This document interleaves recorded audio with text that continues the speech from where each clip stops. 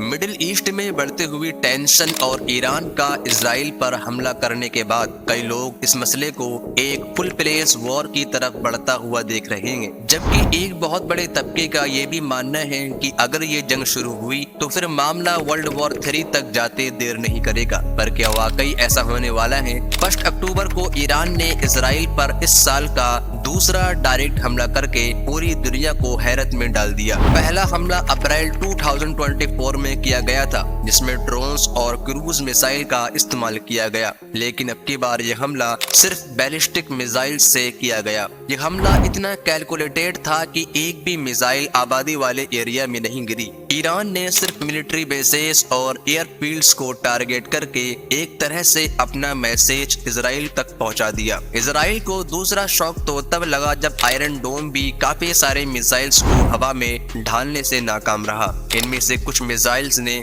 Israeli airbase को hit किया, जहां पर अनुमम इजराइल के लॉकहीड मार्टिन F-35 खड़े होते हैं। सैटेलाइट इमेजेस ने कंफर्म किया है कि एक ईरानियन मिसाइल ठीक हैंगर के ऊपर जाके गिरा। अब दुनिया की नजरें इजराइल की तरफ हैं। सब यही जानना चाहते हैं कि क्या वाकई इजराइल पलट कर वार करेगा या नहीं। अगर इजराइल और ईरान की फुल प्लेस जंग शुरू होती है तो वो कौन से मूवमेंट्स होंगे जो इस जंग को वर्ल्ड वॉर 3 की तरफ आसानी में बदल देगा। और सबसे अहम सवाल कि अगर ये जंग शुरू होती है तो काफी वेस्टर्न कंट्रीज तो इजराइल के साथ खड़ी होंगी, लेकिन ईरान के पास किस किस का सहारा होगा। नाजरीन, आज मिडिल ईस्ट एक बार फिर से गहरी और नुकसानदेह जंग के दहाड़े पर खड़ी है, जहां दो पावर्स आमने सामने आ चुकी है। ये पूरे रीजन के लिए अब तक का सबसे खतरनाक तरीन लम्हा माना जा रहा है। दोनों पावर्स जो पिछले 45 सालों से इनडायरेक्टली लड़ती आई हैं, अब फेस टू फेस आ चुकी हैं। इजराइल का आयरन डोम एक एडवांस मिसाइल डिफेंस सिस्टम है।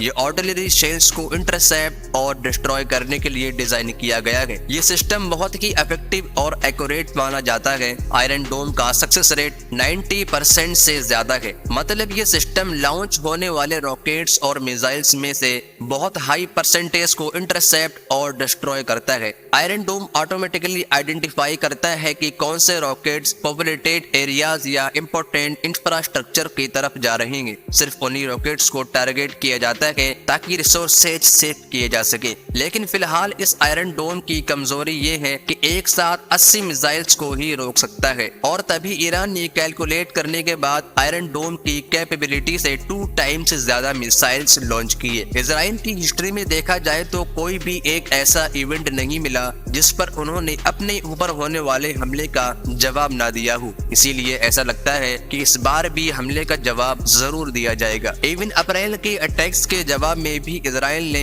ईरान के जवाबी कार्रवाई करते हुए इस्फहान की एयरबेस पर मिसाइल्स अटैक किया था। देखा जाए तो इजराइल के पास 3 टारगेट्स मौजूद हैं। पहला, कन्वेंशनल मिलिट्री अटैक, जिसमें ईरान की उन साइट्स को टारगेट किया जा सकता है जहां से बैलिस्टिक मिसाइल्स लॉन्च हुए थे, और वो लॉन्च पैड भी हो सकते हैं और कमांड और कंट्रोल सेंटर्स भी। और ये भी मुमकिन है कि इजराइल पर हमला प्लान करने वाले किसी हाई ऑफिशियल को मरवा दिया जाए। दूसरा टारगेट्स है इकोनॉमी, यानी कि वो टारगेट्स जिनसे ईरान की इकोनॉमी को अच्छा खासा नुकसान हो। इन टारगेट्स में ईरान की ऑयल फील्ड्स भी हो सकती हैं, पेट्रोल, केमिकल या पावर प्लांट्स भी हो सकते हैं, या फिर शिपिंग पोर्ट्स भी हो सकते हैं। लेकिन एक्सपर्ट्स का मानना है कि ये इजराइल के लिए इतना अच्छा टारगेट नहीं है, क्योंकि इससे ईरान की सिविलियंस पॉपुलेशन को नुकसान होगा, और क्योंकि ईरान ने अपने बैलिस्टिक मिसाइल से इजराइल की सिर्फ मिलिट्री इंस्टॉलेशन को टारगेट किया था, तो शायद इजराइल भी सिविलियंस आबादी पर हमला ना करे। और आखिर में है तीसरा और सबसे खतरनाक टारगेट, ईरान का न्यूक्लियर प्रोग्राम। यही वो प्रोग्राम है जिसकी वजह से अमेरिका ने पिछले कई सालों से ईरान पर सैंक्शन लगा रखी है। अभी तक ईरान के पास न्यूक्लियर टेक्नोलॉजी तो नहीं है, लेकिन इस पर तेजी से काम जरूर चल रहा है। नेचुरली यूरेनियम में एक खास आइसोटोप जिसमें न्यूक्लियर बॉम्ब बनता है,